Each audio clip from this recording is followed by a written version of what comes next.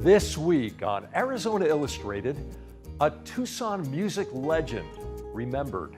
What you want when your loved one dies is for them to be remembered. These people that didn't even know Rainer were inspired by him. Healing art, providing comfort. It's been such a treat to walk through the hallways and enjoy the art. And Tucson trains.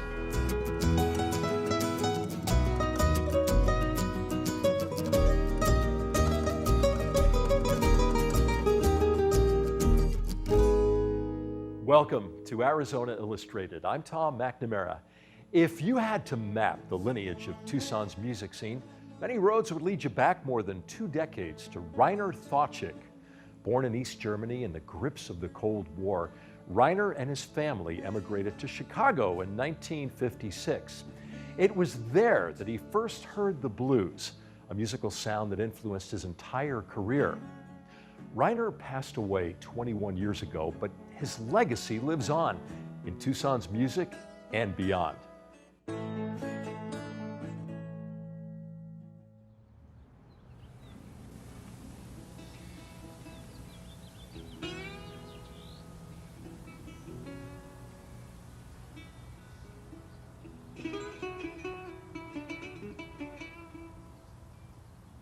Rainer loved this place.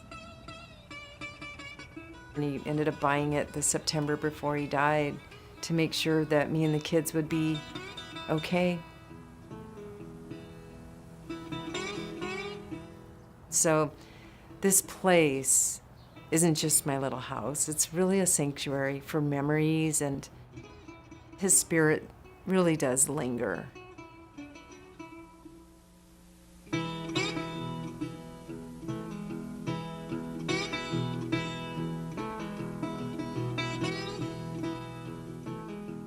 He was the kind of person that didn't say much, but when he did, it was usually something important and something profound. Well, I went to the corner till my feet got soaking wet. Well, Rainer was kind of a Zen master without practicing the Zen. Yeah, I went to the corner till my feet got He had soaking wet. broad smile. It would literally brighten the room. Yeah, you ain't gonna do me like you done pushing. Rainer was born in East Berlin in 1951. In Berlin, I played the accordion. I would kind of hang out on the street and play the accordion to this large apartment complex, and people used to throw down nuts and money and things, and that was my start in show business. And I was a sucker for people throwing money at me. His mom and dad fled Berlin. I think he was 4 when they came to the United States, and they ended up in Chicago. And that's where they stayed, and that's where Rainer grew up. I played a little bit in Chicago, but mostly garage, beer drinking, pot smoking, funny kind of bands, you know. Growing up in Chicago absolutely influenced his music. And there's something that he wrote. When he was little, he heard the sound of a dobro and then went looking for that sound ever since. Rudy with a flashlight. He set out on a road adventure with 2 of his friends when he was 21. They stopped in Colorado and they were on their way to California, swung by Tucson, and never left. I started playing what might be called professionally here in Tucson when I got here in '72. How and I started this little group called Giant Sand. I'd seen this guy, Rainer, his name appearing in a flyer of the Basement Cafe.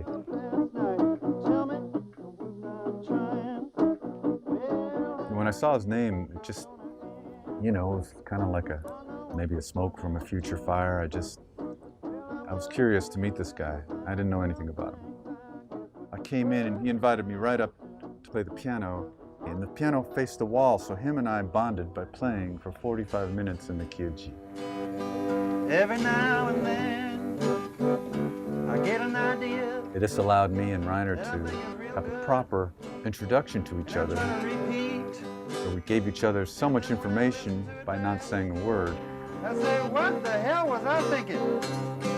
That. From that point on, it just felt like I had found my older brother. He was 24 at the time, I was 19.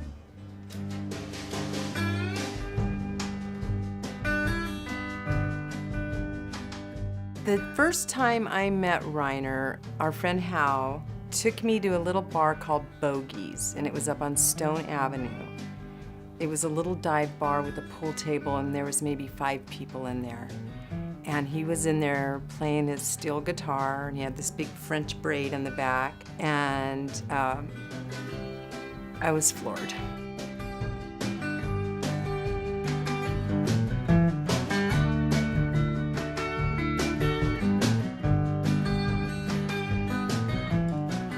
By 1980, I had moved in here, and I had a son already.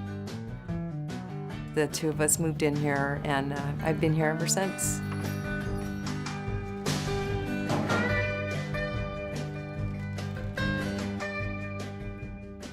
We had Rudy in 1984, and I remember when he was born, Rainer came out of the hospital, and he looked around at people and thought, how could anybody just be doing their regular life when I've just witnessed this miracle? So it's nice to see so many of you faces out here. He decided it was more important for him to eke out a living at home and not leave the family behind. So he didn't tour very much.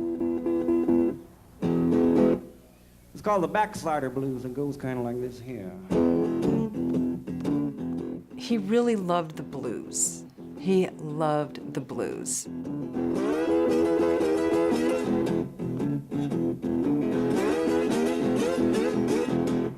Blues has never been a stagnant thing for me, and I've always tried to push the envelope of what that music means, and it's always impressed me that the music is fresh and meaningful when it's done right. Come on, Savior, save me. Take a hold of my hand. I love that song, Don't Know Why. Don't know why, love you so. That song, you know, I was probably badgering him early on in our relationship about, you know, why would you love someone like me, or why do you love me, or I need proof. I should have a reason. And he wrote that song, and it's so sweet. It's so sweet. I will give you one, yeah, but there's more. And then we had Lily in 1995. That was an absolute miracle having our Lily. She was 3 months old when Rainer had his first seizure. Love you so. He got up that morning and he was just really like lingering, and it had been raining and there was puddles out there, and he was singing to Lily and just really taking his time getting out the door to go down to the Chicago store, and he was going to ride his bike. He was going underneath the old 4th Avenue underpass, and he had collapsed on the bike. So he was at the hospital, and that's when they did a few more tests and they discovered he had this smoky-shaped tumor in his brain. It looked like mist. It looked like kind of like smoke. When he finally came to, he was speaking in numbers, basically. Like he'd lost the speech and couldn't play guitar. But he relearned it and started talking again.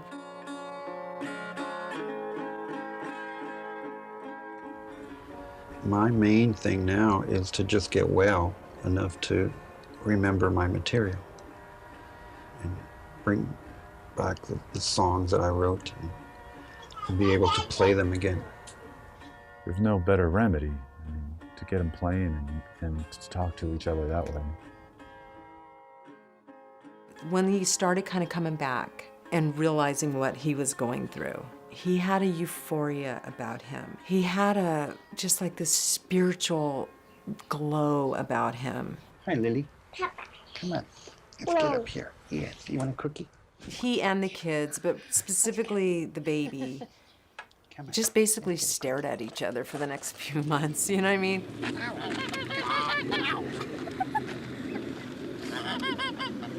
Did he get you? Be my toe. He was in remission, and we went to Silver City to open up because he was opening up for Greg Brown. It's not even on record.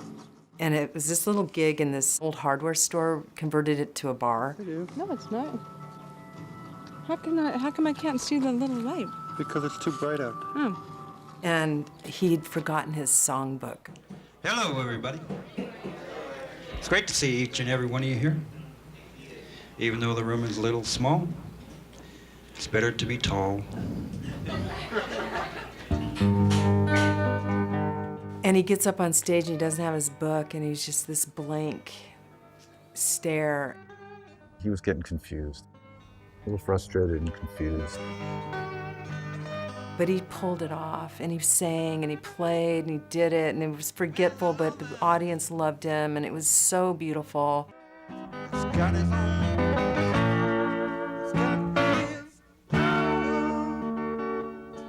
And there was something about that I knew. My soul knew, my gut knew that he was not gonna make it.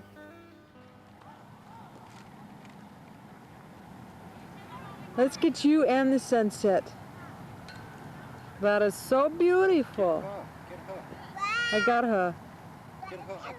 I got her again. Yeah, but who thought you were going to get cancer, right? Right, I thought I was going to die. Who thought you were going to make it? No, you know what? To be honest, I didn't think I was going to die because I had good friends like you.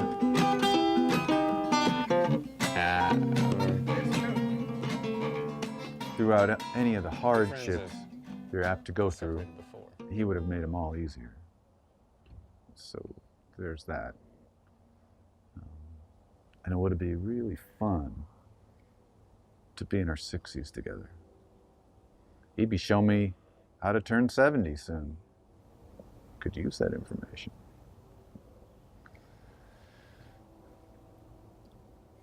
And in my arms now,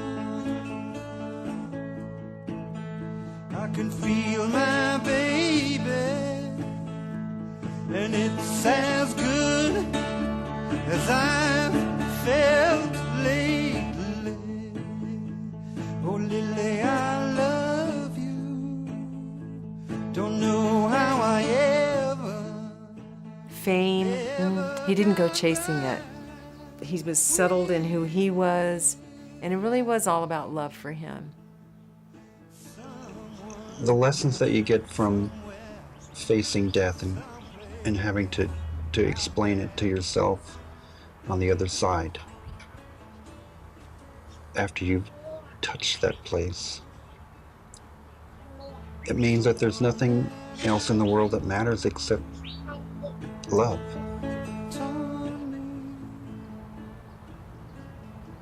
It's the only reason we're here. No other reason. I feel strongly about that.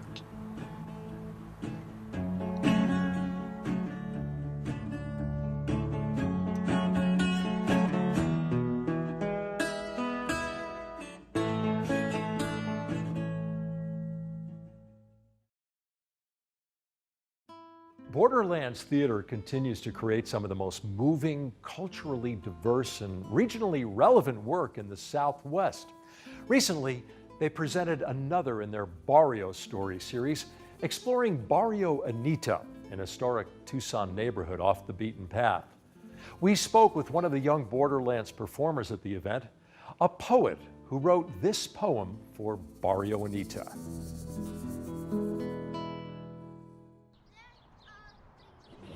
These streets have long held the feet of those who have been more than overjoyed to be alive, and they have gripped the hands and knees of those who could no longer carry themselves. These streets have held mothers who were awaiting to give birth to children they were already proud of. And they have felt the paddling of kids' feet as they ran with test sheets in one hand and ambition in the other. These streets have bounced back basketballs and NBA dreams. These streets have inclined the feet of two lovers and whispered to come closer. These streets have turned on the lights to lead you home, whether you were happy or sober. These streets are holding me as I thank them for leaving me space. As I thank them and gravity and you, these streets are holding you as you keep your balance beside me and drop your tears in your water bottle because you're all so happy that these streets have held us together, have kept us firm and 6 feet above and said, let's jump.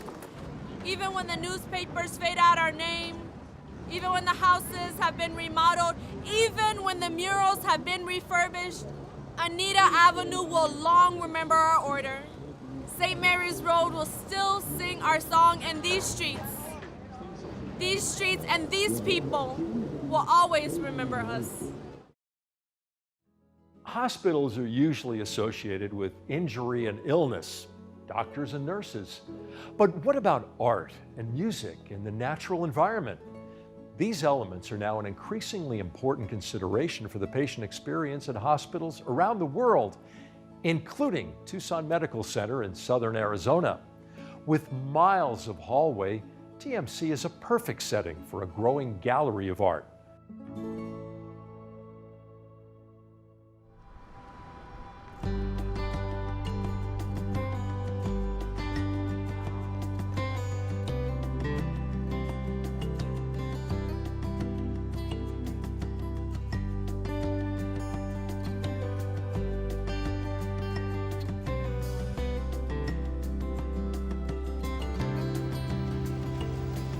We have 8 miles of hallways just in the main campus itself.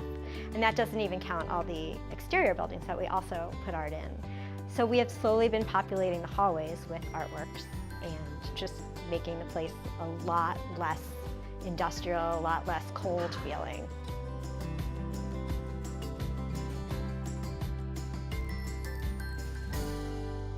The Healing Art Program is a way to bring art and music into the hospital for the benefit of the patients and staff and visitors.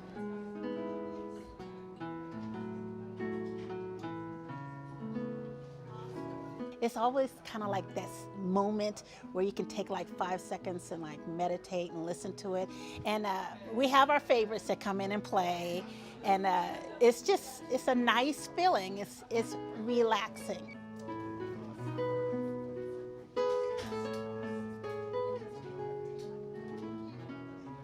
A lot of people are so excited. Like, I walk into a hallway and people are like, yes, music is here. And it's very funny and surprising how excited people are about it.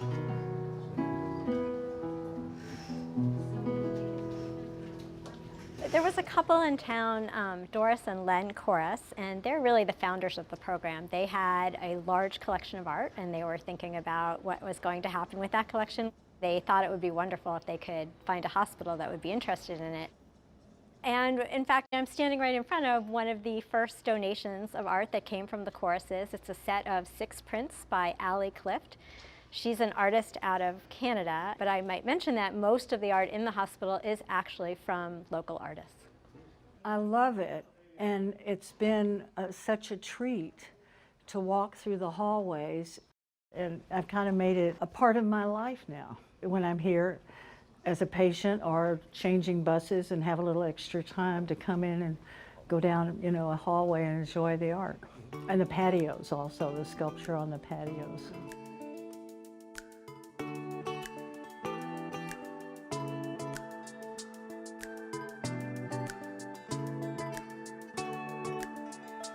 If you look at a beautiful view, it turns out that there is a part of the brain that recognizes beautiful views. It's called the Parahippocampal Cortex. I won't quiz you on that, but you know, it has a name. And it processes beautiful views. And it turns out that part of the brain is rich in endorphins, feel-good molecules. I call it soul pleasure. You know, it's about enjoying not only the beauty, but the creativity and the ability of these artists, which I think sometimes has to be spiritually inspired.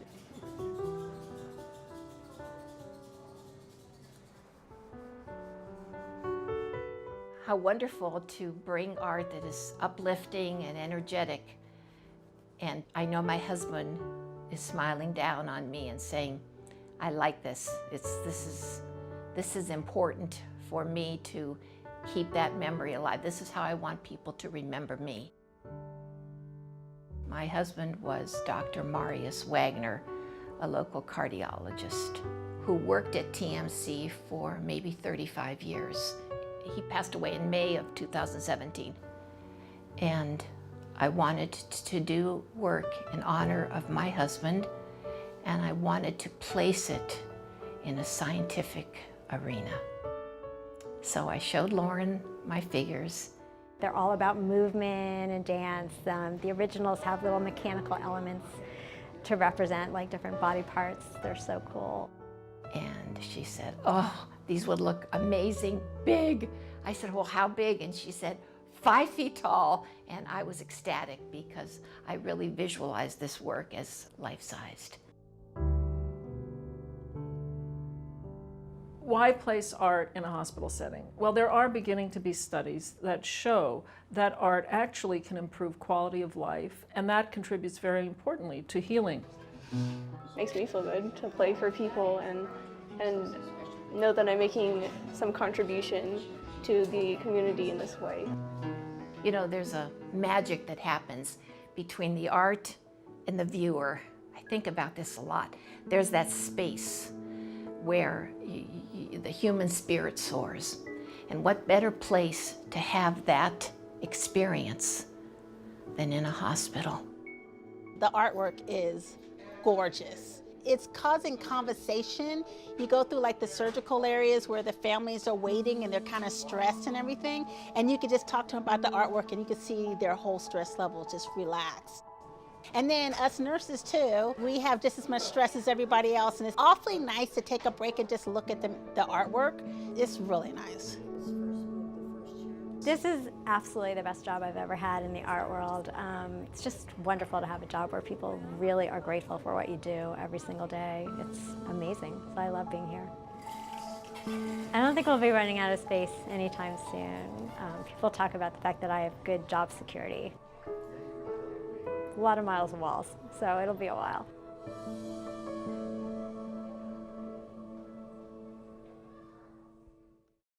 If you live near downtown Tucson, you've seen and heard them coming and going. Trains. They're an important part of American history, carrying commodities and goods from place to place, town to town, and yes, to and from Tucson. They've also been a big part of our American culture, playing a featured role in Hollywood movies. And they're still here, rolling down the rails.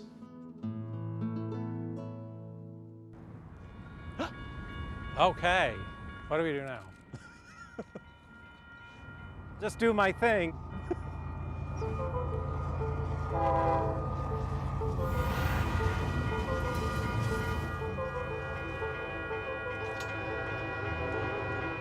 There is no avoiding the train if you live in downtown Tucson.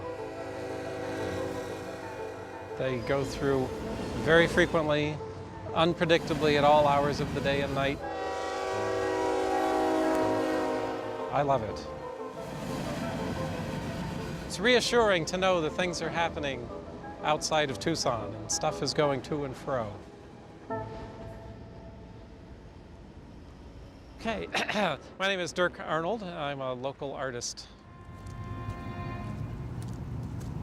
I do a thing I call Endangered Architecture, which is miniature building facades of historic Tucson structures.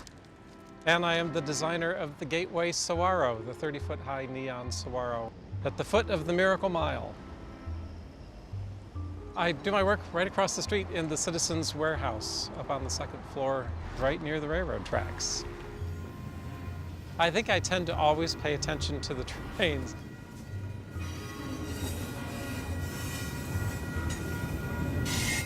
When I was a kid, I always used to love to wave to the conductor or the engineer, and hopefully he'll wave back at you, and it's like, hi, but I'm too old for that now.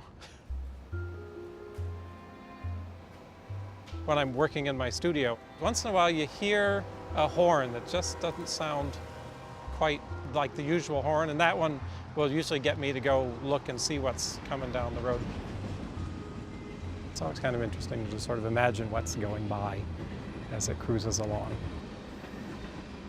It's part of the Old West, and what little bit of the Old West we sort of still cling to here, that's part of it.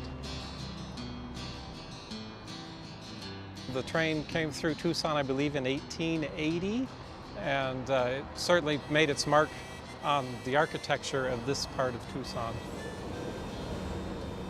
Because it cuts diagonally right through downtown, there's been really no good way to avoid it. For a lot of people, it's in their way as they're trying to get down the road, and they're going to be held up for a minute and a half while this train goes by, and it's a menace. I enjoy the train crossing, and so I usually whip out my phone and take a couple of pictures, and then I have an album on what's that thing? Facebook, called Railroad Crossings, and I just take a couple of pictures and post them pretty much every time I encounter a train. It's an opportunity to see something go by that you haven't seen. No two trains are alike. The colors, I like the colors. The graffiti on them, I'm not a huge graffiti person, but every once in a while a train will go by and you're like, wow, that's some pretty cool graffiti on that train. The only ones you really know about are the ones that have the big Tropicana thing on the side. You say, oh, that's tanks full of orange juice, but otherwise there's no telling what's in there. It's the mystery of what's coming down the tracks. As long as the trains are running, I will keep looking.